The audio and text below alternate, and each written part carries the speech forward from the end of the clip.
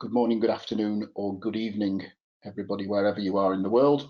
My name is Tim Collins. I'm the Secretary General of the World Stainless Association, and it is a pleasure to welcome you to our webinar today on stainless steel street furniture. The webinar will be presented by both myself and Frank Yoon from the World Stainless Association. And before we start running through the material for today, just a few notes of housekeeping. So, for everybody joining the webinar, the presentation will be sent to you after the webinar session. So you don't necessarily need to take extensive notes during the webinar.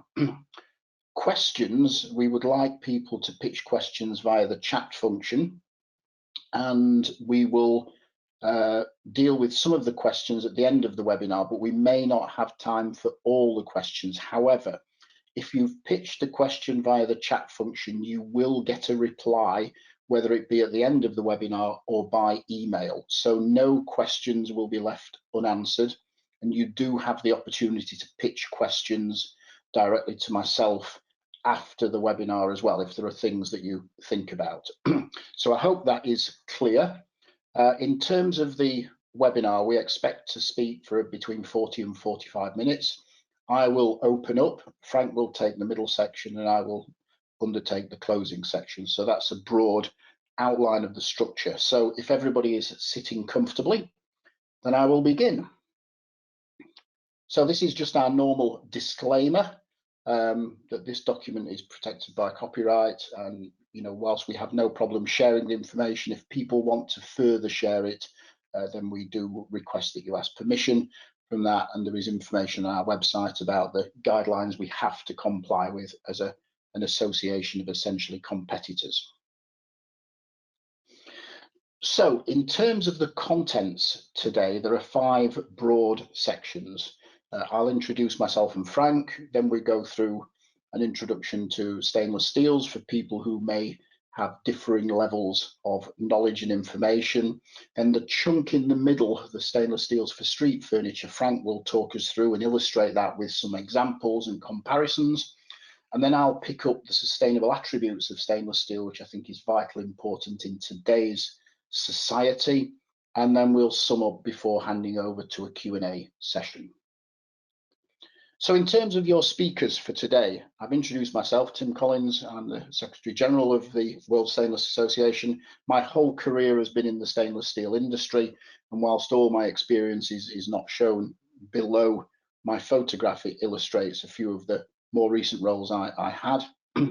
Frank, our research fellow from South Korea, works for POSCO, who are based in South Korea, but Frank has had assignments to Turkey as well, and is primarily a commercially aligned individual, but again with a lot of depth of experience in the world of stainless steel. So today we hope to both inform you and educate you, and hopefully provoke a few thoughts along the way. So I'll start off with an introduction to stainless steels, and many people understand 1 or 2 things about stainless steels, and a few people understand more things about stainless steels. But the first question I like to pitch off, what are stainless steels? Because the important thing here is we're using the term steels, a plural thing. It's not one thing. So stainless steels primarily are a set of alloy families containing at least 10.5% chromium. And the compelling attribute that comes with that level of chromium or above is corrosion resistance. And this is what people know stainless primarily for. It's bright, it's shiny, it doesn't generally corrode or discolor. But people may not know that there are lots of different stainless steels produced today. There are 4 different families, which I'll talk about in a moment. And we have more than 100 different stainless steels in our portfolio. Now, the first family is the austenitic family, which most people will be familiar with in their day-to-day lives. You'll see on pots and pans and cutlery things like 1808 stamped on the back or on the bottom, or 1810 or something similar. And those are generally the austenitic group of steels. They're highly formable, remain very attractive, and offer good corrosion resistance.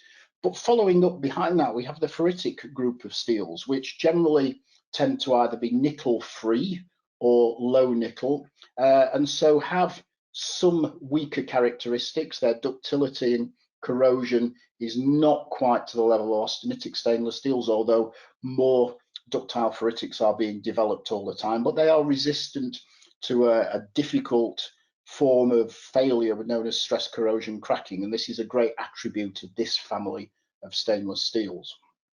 And then we have the martensitic group, which are the high strength, or one of the high strength families, with again reasonable corrosion resistance. And this sort of, or this type of stainless steel would be used for things with cutting edges like knives, where you want this high strength and this ability to remain sharp and durable. And then at the end of the chain, we have the duplex family, which we would argue is the new kid on the block, although duplex stainless steels have been around for some 90 years. And these are very high strength grades with good to excellent corrosion resistance. And they bring together the benefits of both austenitic and ferritic grades. And less people are aware of this family of grades, but their sort of consumption is growing all the time. So that's a quick outline of what are stainless steels. And if we reflect on sort of the last 70 years or so, the growth in consumption, it's quite interesting that from 1950 up to the sort of mid 1980s or just beyond, the growth in consumption was regular, present every year, but relatively modest. And then in the 1990s, we saw a real uplift. And what's impressive is that this uplift continues. And of course, there are economic disturbances along the way that temporarily suppress the consumption on an annual level. But you can see the overall growth trend, tremendously impressive. But we should remember, stainless steels are a relatively small part of the total steels market. But let's have a think about where stainless steels are used, and I'm going to illustrate this with 6 usage sectors. And the bottom one here, metal goods, comprises, it's a bit of a catch-all category. Oh, excuse me. It comprises many things: tanks and vessels, fixings and fasteners, knives, healthcare equipment, and tools. So it's a big category, but captures together a lot of applications and uses of stainless steels. But what you can see here is the growth pattern per usage sector in 20-year intervals from 1960 to 2020. Alongside that, the proportion of the total market that each of those usage sectors attracts today. And then I've also put in the market growth over the last 20 years. And everything is positive here, which is interesting and impressive. Some sectors more interesting than others. And you may notice that growth in transport for cars is relatively low. And that's because there is regular usage of stainless in cars, but it's not the high volume component. In terms of other transport, and while these sectors are relatively modest in their overall makeup, other transport considers sort of sea freight, sea tankers, rail transport, which is why the growth tends to be larger. But when you look at the big categories of metal goods, industrial machinery, and building and infrastructure, the growth there is quite impressive. And that's because people are learning more and more about the benefits of stainless steel in these applications. And building an infrastructure is one that is lagging, but is growing quickly. So is an interesting category for the industry to focus on, because the applications are amazing, huge, and stainless steel offers what I would call the fit and forget solution. The maintenance requirements are very, very low. So why would somebody choose stainless steels? When you're thinking about material selection, why would you choose? And I would argue stainless steels offer the lowest life cycle cost of all materials, and alongside that, the lowest life cycle emissions. And as I said a moment ago, they offer, when correctly specified, and it is important that you can't just pick a random stainless steel. The type of stainless steel has to suit the application. When correctly specified, it is the fit and forget solution. Stainless steels are easy to form and fabricate. There are a lot of myths around stainless steels being difficult to work with. They're different, they're not difficult. And they always look fantastic. always, year in, year out, they never fail to impress. They don't let you down, as I said, when correctly specified. But if we just think about one of these 6 usage categories and think about consumption growth trends affecting building and infrastructure, what has essentially changed in more recent times is people understand material performance differences better than they did years ago and are willing to think about, certainly for building applications, high strength corrosion resistant materials. So it's not you can have one or the other, you can have both. And people are starting to understand that, and that's great to see. But equally, there's now a much increased alignment towards what I would argue is resilient and sustainable structures, things that don't require interventions during their life. So that avoids disruptions and all the cost and all the sort of effects on society that disruptions and maintenance bring. There is a growing focus now on life cycle costs, which allows for what I would argue is an appropriate use of finances. It's not trying to think about lowest upfront cost and then somebody else has to carry the sort of burden of maintenance and all the disruption that comes with that. Life cycle costing allows for a better use of finances and is cheaper in the long run. And there is this desire to avoid this notion of install and repair. Install and repair carries a high emissions footprint and high ongoing costs, as I said, and people are really starting to wake up to this fact. So we can see, just using building and infrastructure as an illustration, that things are changing. So if we think about life cycle emissions, LCE stands for life cycle emissions, and just compare this notion of fit and forget versus install and repair, and look at essentially 4 materials, but there are 2 entries for stainless on this chart. And this is the life cycle emissions profile of, at the top, aluminium in grey. The blue line is stainless steel made with 50% scrap or recycled content. The green line is stainless steel made with 80% recycled content. The black line is carbon steel, and the bottom line is high density polyethylene. When you look at that over a 10-year life cycle, you would say, hey, from an emissions perspective, the high density polyethylene has the lowest emissions profile. But let's roll that forward for a few years. And after 20 years or so and into 30 years, things are changing. And now the high density polyethylene looks less attractive. And that's because it's had to have interventions for repair and replacement. Carbon steel has started to corrode and degrade, and these things look less attractive. And then when you roll the picture forward to 50 years, then you start to see the emergence in that sort of 35 to 50-year period of stainless steels. And going forward over 100 years, you see how the picture changes. And this is because you're having to have more interventions and there are more disruptions for materials that do not naturally resist the corrosion or the degradation the operating environment has sort of portrayed and placed in front of you. So life cycle emissions are a very interesting indication to what happens with costs as well. So now I'd like to hand over at this point to Frank to talk us through, having set the scene, stainless steel street furniture in the real world. Frank, welcome. Thank you very much, Tim. Hello, everyone. My name is Frank Suk-Jun, Research Fellow at the World Stainless Association, and I'll be walking you through the next chapter of today's webinar, Stainless Steels for Street Furniture using real-world examples. Next slide, please. Now, this all starts with the status of how much stainless steel is being used in street furniture.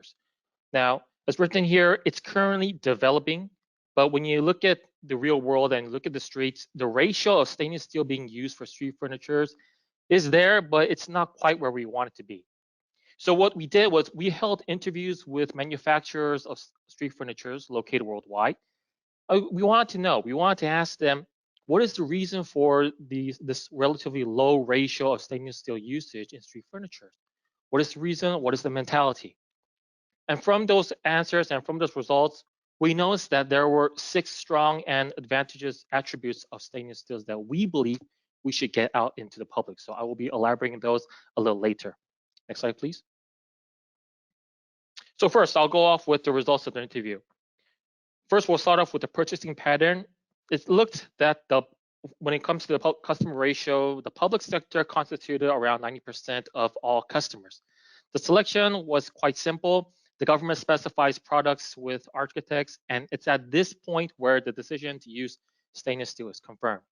After that, an open bidding is published, and from that bidding, tender results are published, and then the actual production and manufacturing commences.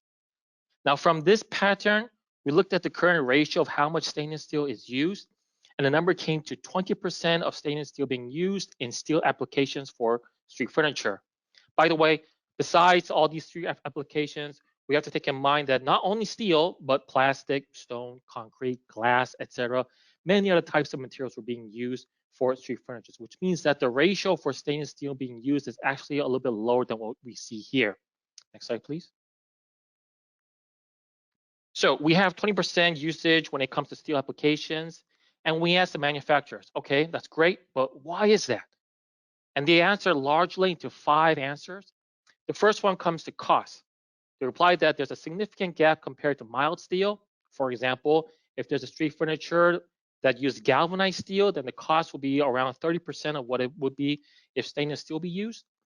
The second one on corrosion, they claim that there is no issue with mild steel in street furniture lifetime, not to mention that some coating companies provide an anti-corrosion guarantee. The third element is education. They said that there's a lack of knowledge in the general public about stainless steel. So not surprisingly, even when you go to seaside applications, they're using carbon steel. And the fourth one, color. They said there were limits when the project requested color, and they say that other materials such as mild steel, wood, plastic, they have more flexibility. Despite the fact that, as we can see on the slide here on the picture, yes, colored stainless steel is also available. However, they claim that because of the lack of education, the lack of knowing what was in the market, there were limitations to stainless steel. Next slide, please. And the final element, lifespan. The street furniture that are installed in our streets, they are replaced before the lifespan has been depleted. They said that maximum 10 years after installation, regardless of whether it's usable or not, it is replaced, it is changed. What is the reason? Well, there are many. Stimulate the economy, it presents a more dynamic image of the city, reflect change of design trend, or just simply using the tax revenue. So after hearing this, we wanted to see for ourselves if this was the case. And we took a look into the street bins in London. And not surprisingly, it was true. These photos here are the street bins of London over the years. And as we can see, despite that they were more or less usable after 10 years, they were replaced because of the reasons that were stated above. Next slide, please. So summing this up, summing up the results of the interview, what do we have? Well, the usage status is that, as I said, not so high right now, give or take 20% of stainless steel is used for steel applications. Why? Because of the cost, there's a significant gap with competing materials. Design-wise, there's a limitation of design and structure. And lifespan, the street furniture is disposed well before the lifespan of the product has been reached. So this was the result that we attained from the interviews. And after seeing this, we thought to ourselves, well, okay, we get the status, but there are some messages that we should get out to the public. And we put them all together, and we found that there were a total of 6 points that we should address to the public to make them understand the real picture behind all of this. Next slide, please. And the 6 pictures or the 6 points that we want to elaborate are the following: circular economy, cost reduction, another cost-related one, graffiti removal cost, resiliency to climate change, hygiene superiority, and material advantages. So these 6 elements I will explain to you one by one. And after you hear from this, you'll be able to realize that, maybe these 6 benefits are what makes it the true cost of buying cheap. Next slide, please. So first of all, I'll start off with circular economy. Next slide, please. All right, so what is circular economy? Definition. Definition is the model of production and consumption which involves sharing, reusing, repairing, refurbishing, and recycling existing materials as long as possible. So as you can see in this illustration here, if you have a material, reusing it, recycling it, trying to minimize the waste, essentially all contributes to circular economy. So essentially, choosing materials that allow recycling and reusing, etc., should be in the front of our thinking when we consider circular economy. Next slide, please. So using this concept, let's compare the materials that are used or can be used for street furniture. Now, on the top, we have the list of materials. We have wood, concrete, plastic, mild steel, glass, and of course, our stainless steel. Now, let's compare it one by one. First, we go to recyclability. Well, when it comes to wood, first of all, if it's chemically treated or it's painted, it's essentially non-recyclable. So it's out of the picture on the first base. Okay, the remaining materials, you can recycle them. Now to the second one. Let's look at the CO2 emission reduction from recycling. Now we see that on this chart, painted mild steel and stainless steel has around 26% of CO2 emission reduction from recycling. Surprisingly, plastic has 30%, which is very nice.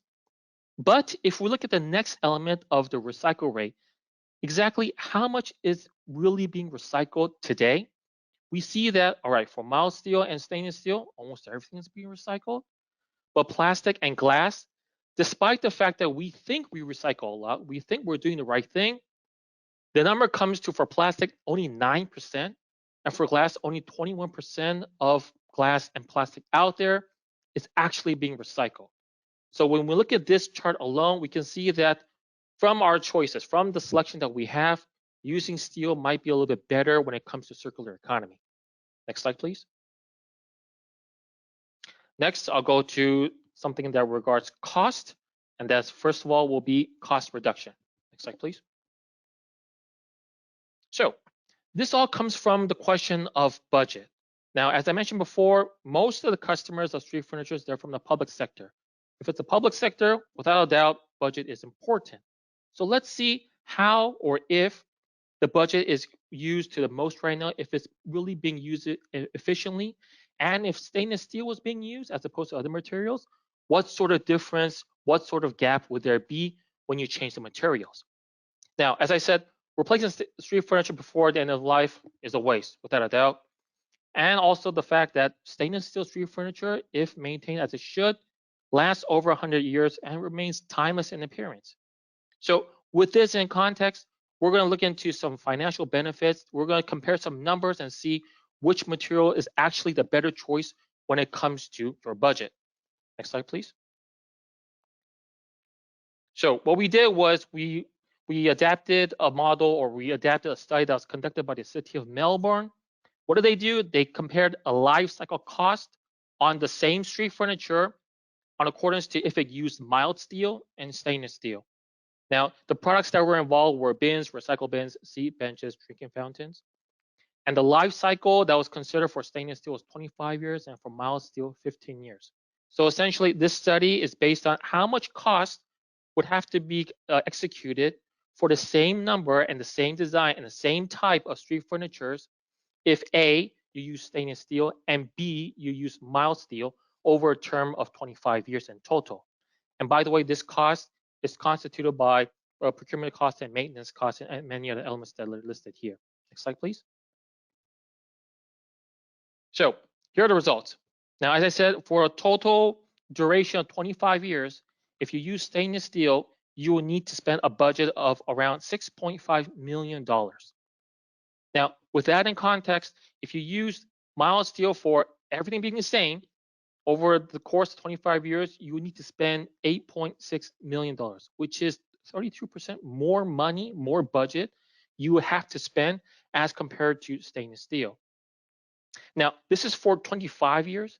And as I said before, if stainless steel is maintained the way it should, it can last into 100 years. So if you do numbers times 4 here, then over the course of 100 years, think of how much budget, how much revenue you would be able to save if you had used stainless steel. Next slide, please. The next one, another one regarding cost. I'll move on to graffiti removal cost. Next slide, please. So what is the background? The ultimate goals of the municipalities, our cities, is to install street furniture and forget about it. Fit and forget. That's the best thing for them. Now, despite, regardless of the artistic aspect of graffiti, it is still there, and because of that, it is a headache for the municipalities, and essentially means cost.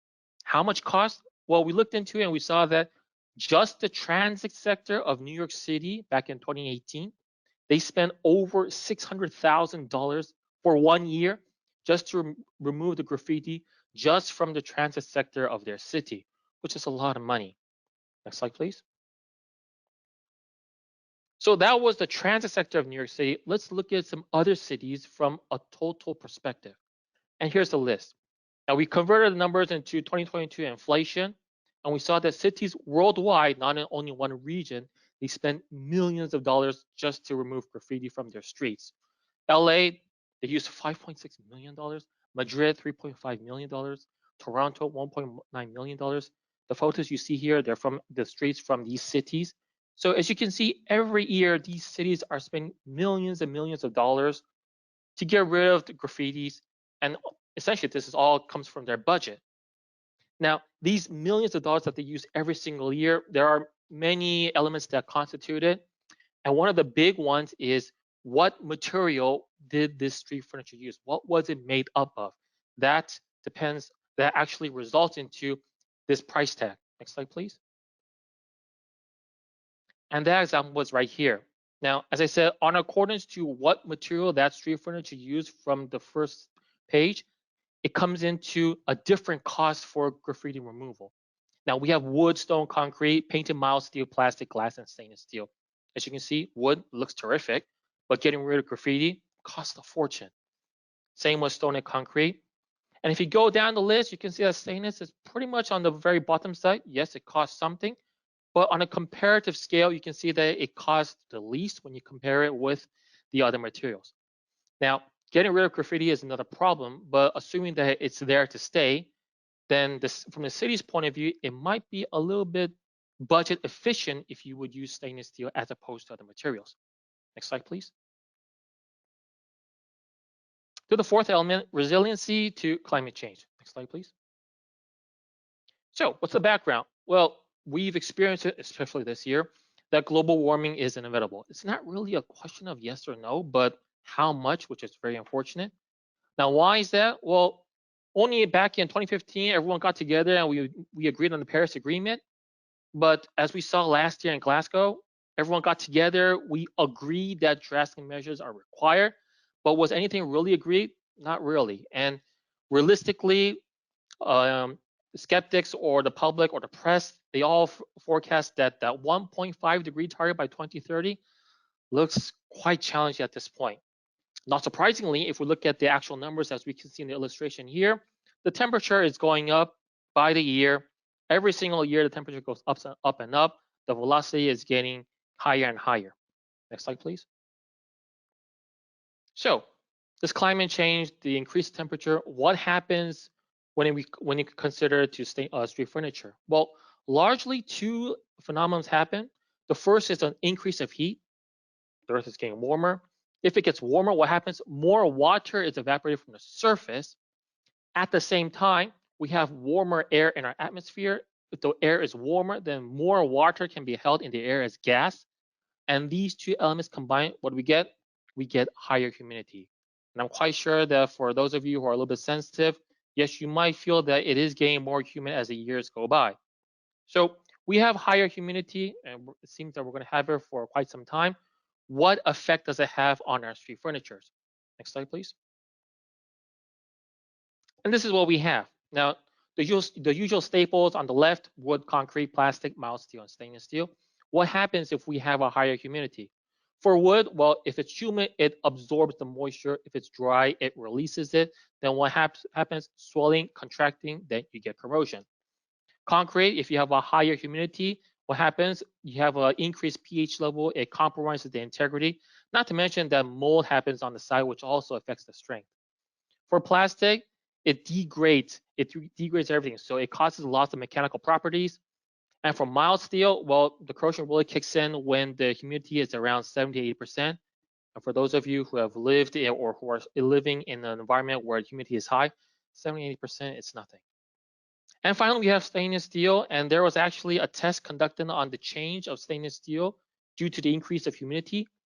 And the humidity was pumped up into 70%, and found out that there was no evident change of corrosion despite the increase of humidity. So yes, all materials, they are affected in one way or another, but when we compare on the comparative scale, stainless steel is the material that is affected the least out of these five here. Next slide, please. To the fifth element, hygiene superiority. Next slide, please. Now, the background to this is, unfortunately, the world has been plagued from COVID for quite some time now. And because of that, the sensitiveness of how we approach hygiene has certainly changed over the years. We are more sensitive to it. We are more cautious of it. So we did a comparison of how these germs, how these viruses react on accordance to the different types of materials. And a simple comparison is like this. We found out that, yes, wood has the best performance, but stainless steel is not too far behind. By the way, not to mention that plastic, although it's cheap, it actually has the worst performance when it comes to hygiene aspects. So from this, we can see that stainless is somewhere around the middle. Yes, wood has the best performance, but it's not really the best material choice when we consider the previous aspects that I just mentioned, the cost aspect, the recyclability aspect.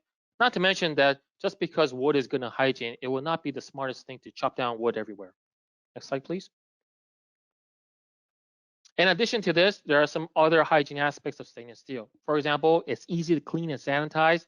The topography of stainless steel is favorable for cleaning. They are completely inert. They are both wear and damage resistant, and they can be sterilized both chemically and thermally. Now, in a simple way, think of it like this. There's a reason why most of the equipment that you see in a hospital is made from stainless steel. Next slide, please. And now to the final element, material advantage of stainless steel. Next slide, please. Now, the background of this is that although I mentioned in the beginning that most street furniture, whether it be benches or rubbish bins, they are used for around 10 years and then they are disposed, there are some exceptions. Now, what are they? They are street lampposts, street signposts, street guardrail, and street light posts. Now, these are things that we can see quite easily, but they have a slightly longer lifetime today as compared to the bins and as compared to the benches. So since they are in their own domain, we want to compare the materials that can be used for these applications. And for the next slides, I compared aluminum and stainless steel. And so I want to look at which one has the material advantage when it comes to using it for these applications. Next slide, please. All right, starting off, we have wind resistance, vibration essentially. Aluminum is prone to shakes and vibrations in storms and hurricanes. Now, the photos you see here, the actual examples, back in 2016 in India, there was a storm, and billboards that were made out of aluminum, they just completely fell, causing fatality. At the same time, a couple years later, there was a cyclone in India, and despite the cyclone, which is much stronger, street furniture that was made out of stainless steel, they remained intact. Next, to weight, aluminum poles, they're lightweight, they're easy to move. Okay, it's better. Next one, a thickness reduction. Due to stainless having a higher strength compared to aluminum, the thickness reduction is possible, thus less material is required. Next slide, please.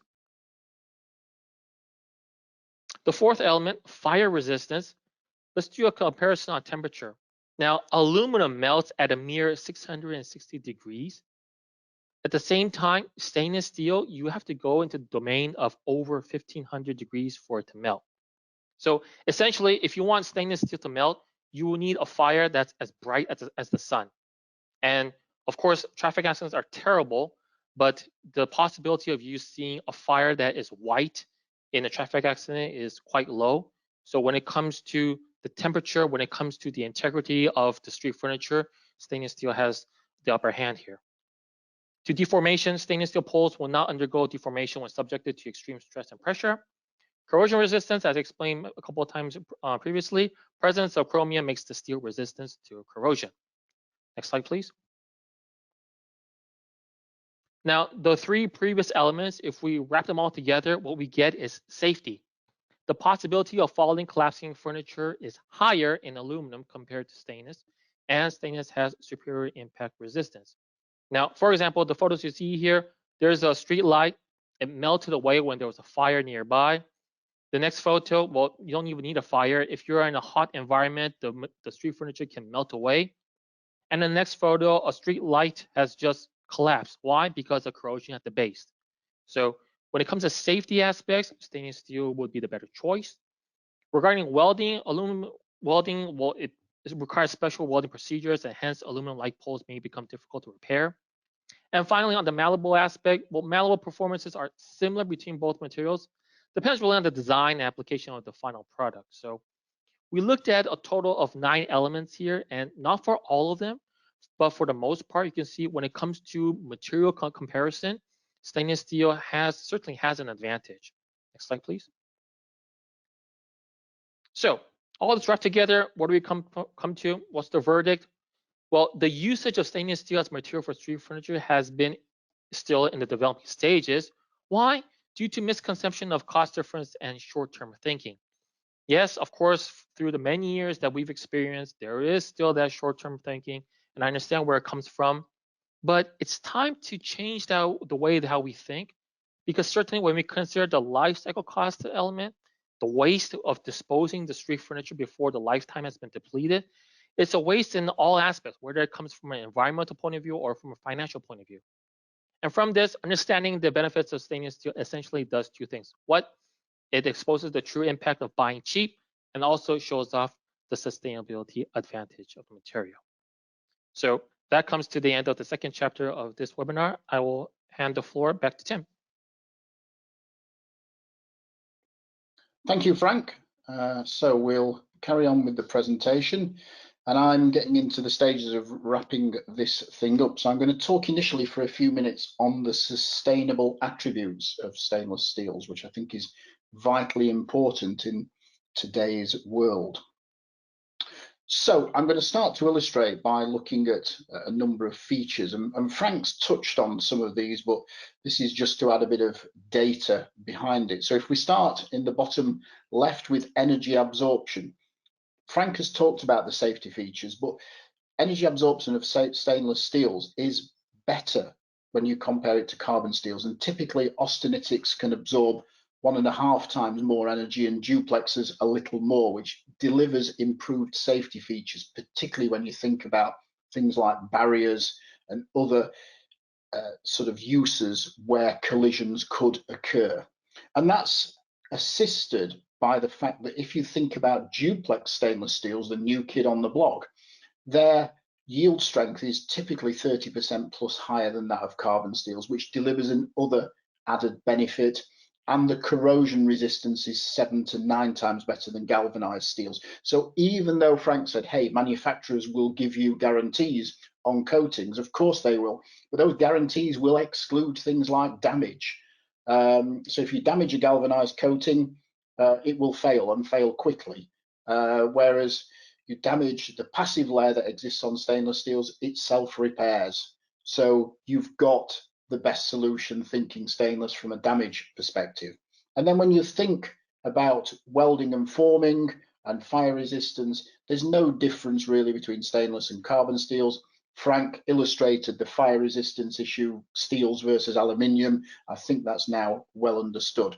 But these are just sort of further examples of the attributes of stainless steels, which is one of the features that makes them sustainable.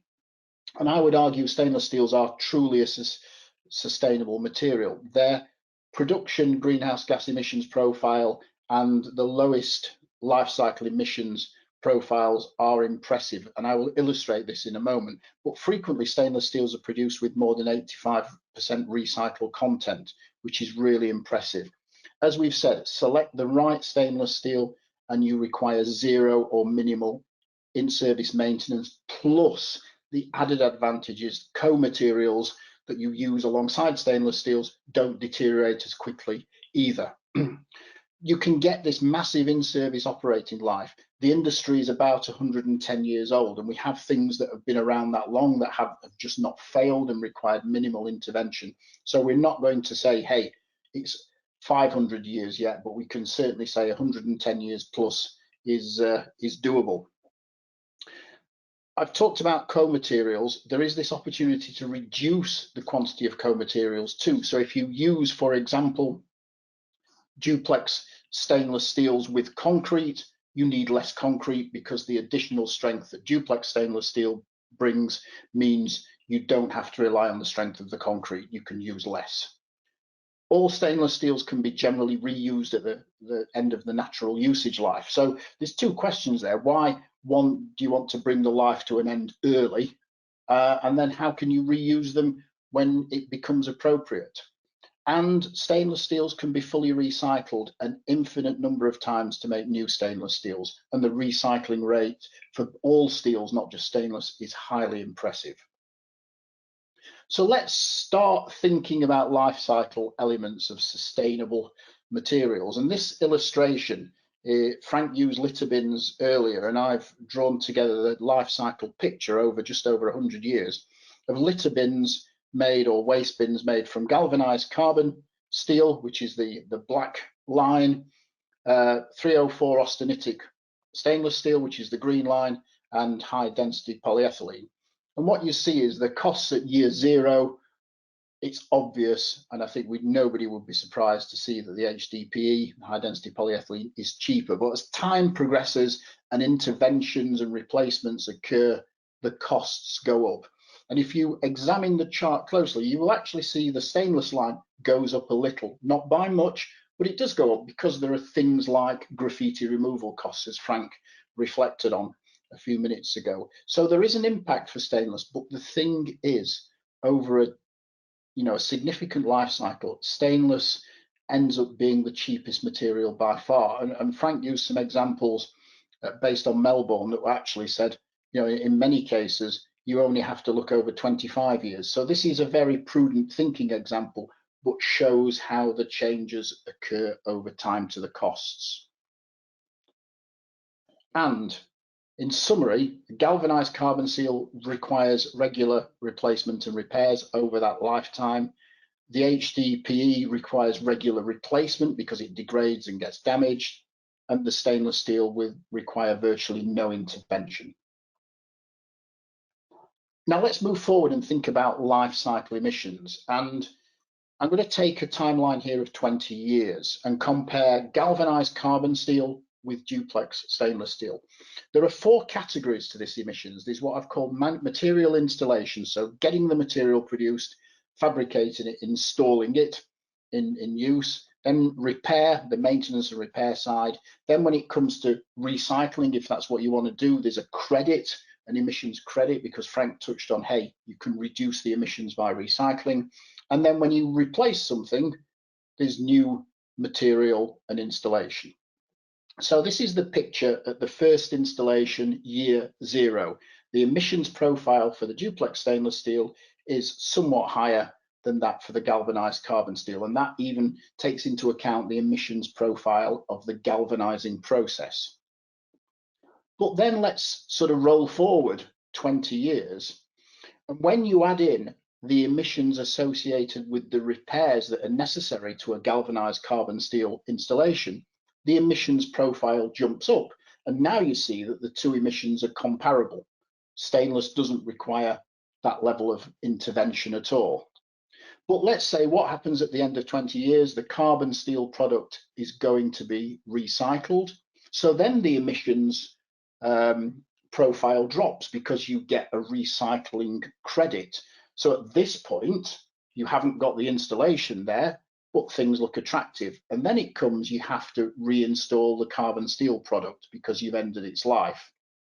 And what then happens is the new material in installation kicks back in, and the two figures in terms of emissions become almost the same. In fact, the galvanized carbon steel product is slightly, very slightly higher. So this is a 20-year picture. Well, let's just reflect on that. Oh, I forgot to add carbon tax issues. In the future, we will be having to consider carbon tax, and stainless, because of its long life, will deliver a lower carbon tax. This is based on a €45 per tonne of CO2 emitted tax basis, but it just gives a relative comparison as well.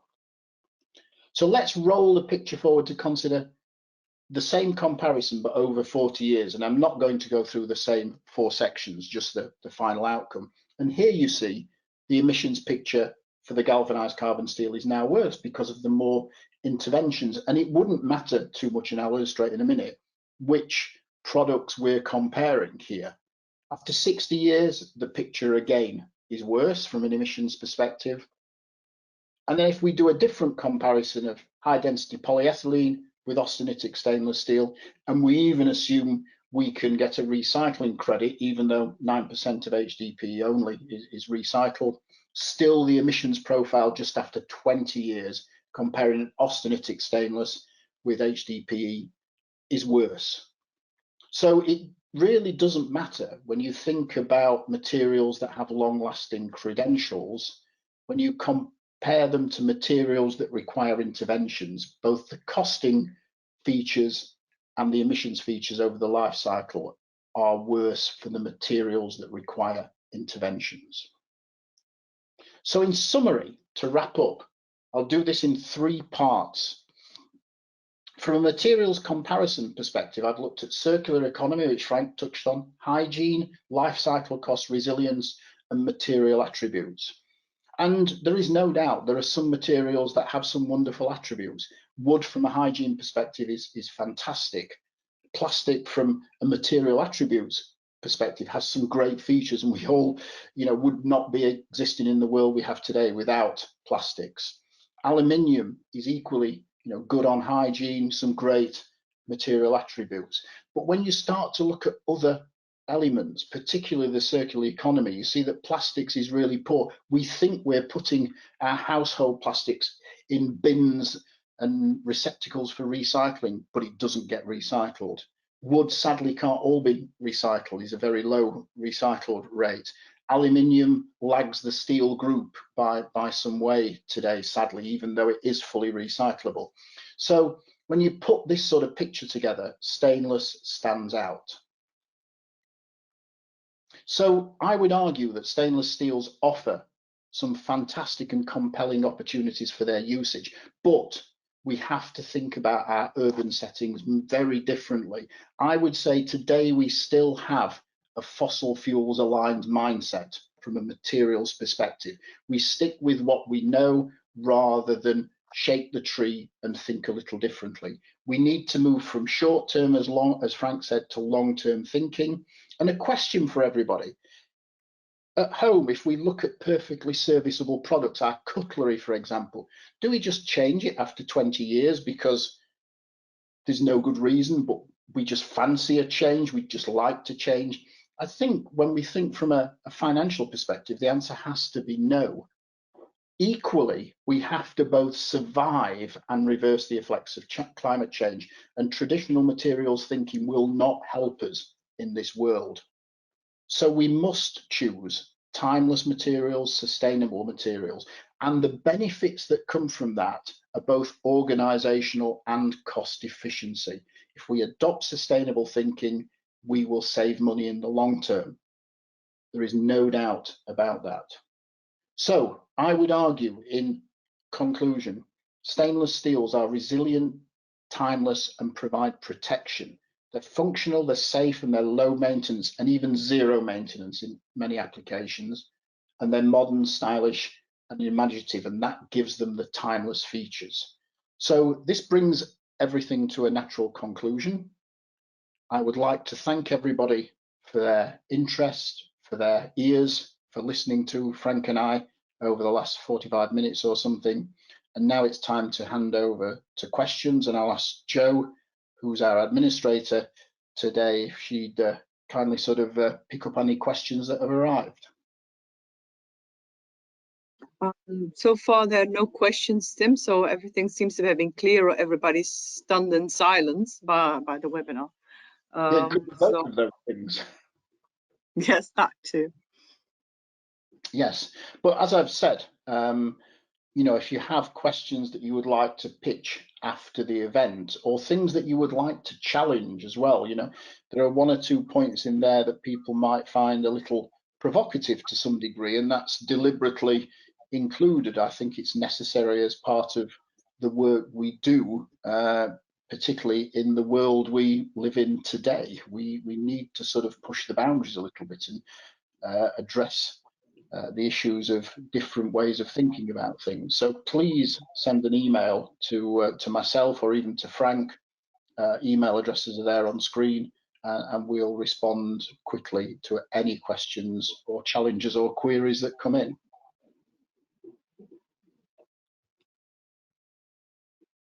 Okay. So if that's everybody's fairly happy and everything's understood. We thank you very much for your time. Oh, wait. Whoa. There's a hand raised. Okay. Lewis has a question. I'm going to unmute him so he can pitch his question. Go ahead, Lewis. Hello, good morning. This is Luis Peiro from Fedinox. First of all, thank you very much for your wonderful and brilliant presentation. It was really interesting. I only have one doubt. It's concerning the fire resistance of carbon steel and stainless steel. When you were making the presentation, you said that there were no difference, or at least that they are similar. And I want to know if it is stainless steel in general, or it is or not, because as far as I know, and I also explained it to students when we have some different training courses, austenitic stainless steel could have a higher fire resistance than carbon steel, and therefore they are using applications where you need increase in security due to fire accidents or something like that. Could you please explain a little bit about this? Yes, and that's a really good question, Lewis, and thank you for that, because I was being fairly generalist to keep things relatively straightforward for the audience. And just to sort of pick up on your specific point, and I'll use Tesla cars as an example here. Many people may know that in the early days of the Tesla cars, some of them suffered from fires where the battery arrays essentially had a thermal overheating problem.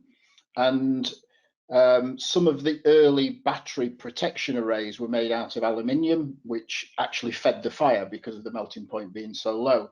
And austenitic stainless steels, as Lewis has correctly identified, are the best type of solution when you consider sort of fire protection for sort of not just vehicles but structures as well, because they do perform better than carbon steel. So I was being quite generalist in saying, hey, there's aluminium at one end of the spectrum here and there are steels at the other end of the spectrum. But of course, there are sort of graduations within that, and Lewis is spot on with his assertion there. So if people do want more detail, we can deal with that. And it comes back to the point that there are many different stainless steels out there, and depending on your operating conditions, there will be stainless steels that are better suited to that. But of course, in the duration of a webinar, we can't go into all that detail. So it's a really good question, and thank you, Lewis, for that. Thank you for your answer, and again, congratulations for the wonderful presentation. Thank you. You're very welcome. There's another raised hand. Yes. Mr. or Mrs. Reddy, who has to unmute because I cannot unmute. Okay, let's hope this works. Okay. Oh, now it should be okay. Yeah, thank you, and it was a good presentation. This is Purushottama Reddy from India. I am in the stainless steel industry for almost more than 2.5 decades. The common question, Tim, it's congratulations for putting all slides together in explaining the life cycle cost. But here, whenever we do the same concept, the question rises in a different manner, saying that the initial cost which we present seems not the correct one. If I take even for the steel in the reinforcement bar, it is almost 2.5 times the cost of carbon steel. I don't know, like even I also use the similar lines, but get struck up not able to convince as many people, because the consumption of stainless steel, what we look in the building construction, though it is growing, but not to the tune which we as a stainless steel experts expect. So I wanted a clear way forward. How do we address this issue? Okay. I mean, again, a lovely question, because this is the sort of thing that I've come across many times. And I think when you look at reinforcement, using this example in concrete structures, once you start making the very straightforward comparison of 1 ton of carbon steel versus 1 ton of stainless, people are instantly put off by the upfront cost differences. However, when you think about then duplex stainless steels as a specific case for reinforcing materials, you can reduce the weight of other materials. And the other feature is you don't need stainless steel reinforcement everywhere. It is about selective use in the most critical areas or most critical components. So it demands a different type of thinking to look at the costs in totality and the reductions in other costs that can be delivered by choosing stainless. And that's often a more difficult debate, because dealing with structural people, they are always wanting to be very careful and precise. But I think we have plenty of case studies now that show where the overall cost can be reduced through careful selection of stainless for appropriate elements of items and structures. So I think it comes down to being more sort of demanding in how you approach the detail of a project, rather than just say, hey, let's just compare the cost, because that always sends people into the material costs, I mean, always sends people into a sort of crazy area. The other thing that I'd like to say is that when you consider, again, some of the duplex stainless steels, when you're not working with concrete structures, so you're just looking at stainless steel in either street furniture or structural applications, the very low nickel duplex stainless steels bring another cost advantage, because it's not just the fact that you can sort of purchase these grades with really low nickel content, so you get away from some of the price volatility, but also you can reduce the weight significantly by exploiting the very high strength of these grades. So again, it's this thinking away from the traditional sort of stainless grades into other stainless grades that will serve the application better. And we have some case studies that sort of support that approach. So if there was assistance required, we'd be able to provide that, you know, quite easily for people.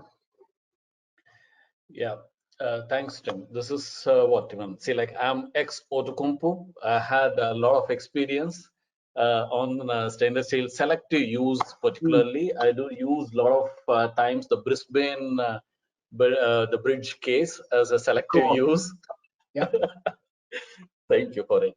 But the approach which we have on the duplex promotion here in India, we have hit sometimes the roadblocks, because not all components or the fabrication know-how is easily available. So the approach which we consider is to educate the designers and the end users, considering the total life cost. Of course, yeah. But if I go to directly the purchaser or the buyer, it never clicks. It's not even 1 out of 10 cases. No, and you're right. The educational dimension can't be underestimated, because some people have a tried and tested way of working that they deeply cling on to. And we've got to keep pushing at those people. It's not that they're trying to do things wrong. They just have something that works for them. Yeah, thanks, Tim. I don't want to follow up, and I'll be in touch with all of you. Thanks for the presentation. Yeah, and thanks for the question. Really, really nice question. I appreciated that. Thank you. Thank you so much. Anything else, Joe? No, not that I can see. No.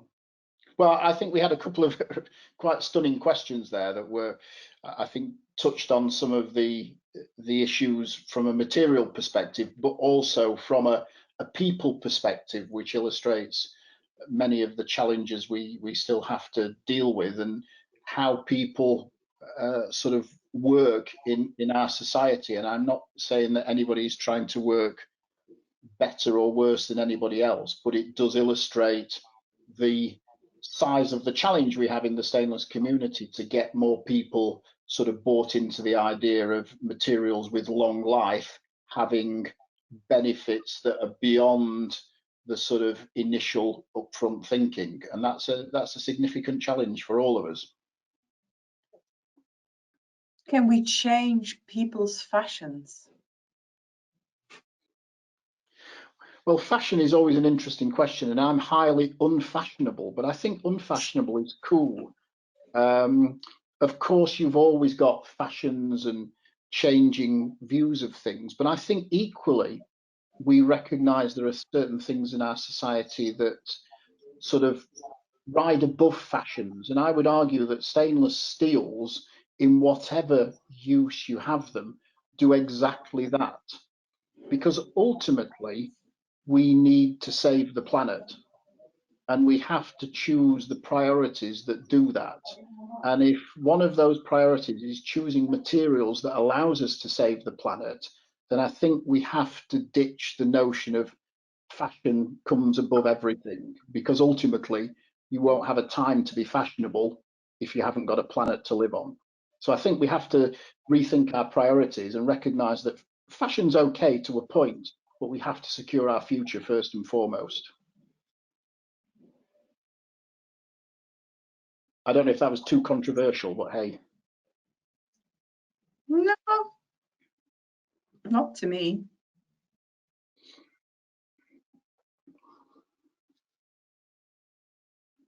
There's 4 minutes.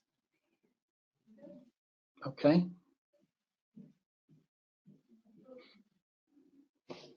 I mean, of course, for the audience, people would naturally expect anybody associated directly with the stainless steel industries is going to stand on a box and say, hey, isn't stainless steel fantastic?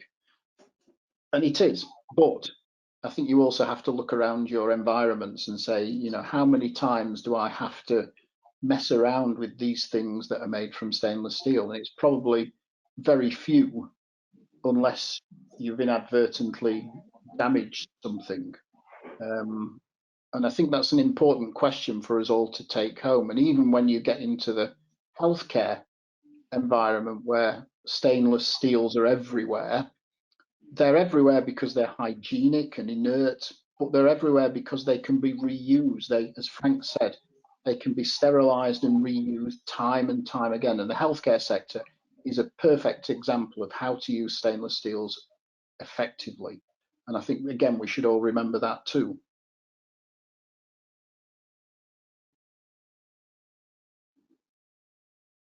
I think that's going to be it. Oh, no. There's another one.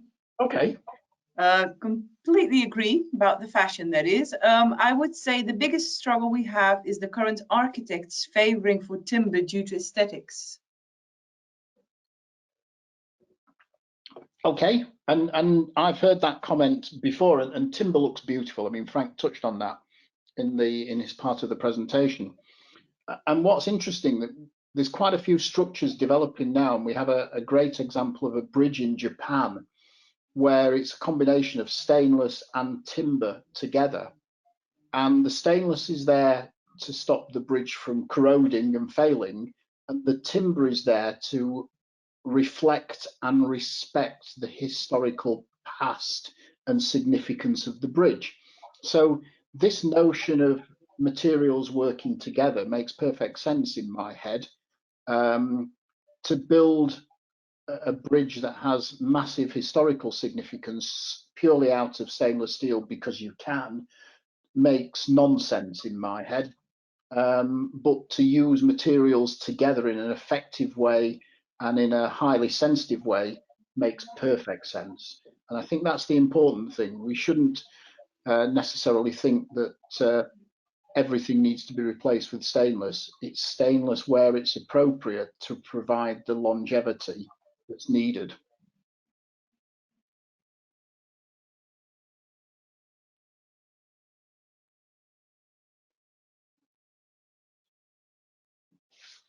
That's a nice message. A reasonable answer for the question. And we're I think not it's we're not anti-timber at all. We quite like stainless and timber together. It's beautiful. a nice message, stainless where it's needed Mm.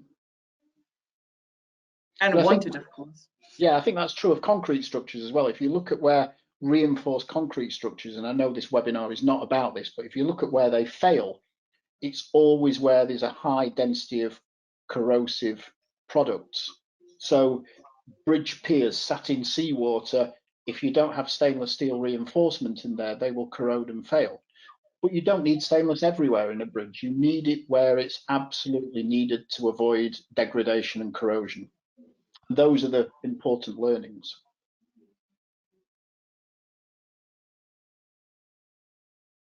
So I guess the hour is up, and I'd like to thank everybody for their attention, the questions, and if you have any other questions in the meantime, please don't hesitate to contact us. We're always happy to answer questions. So take care, stay safe. Thank you very much, and have a good rest of the day.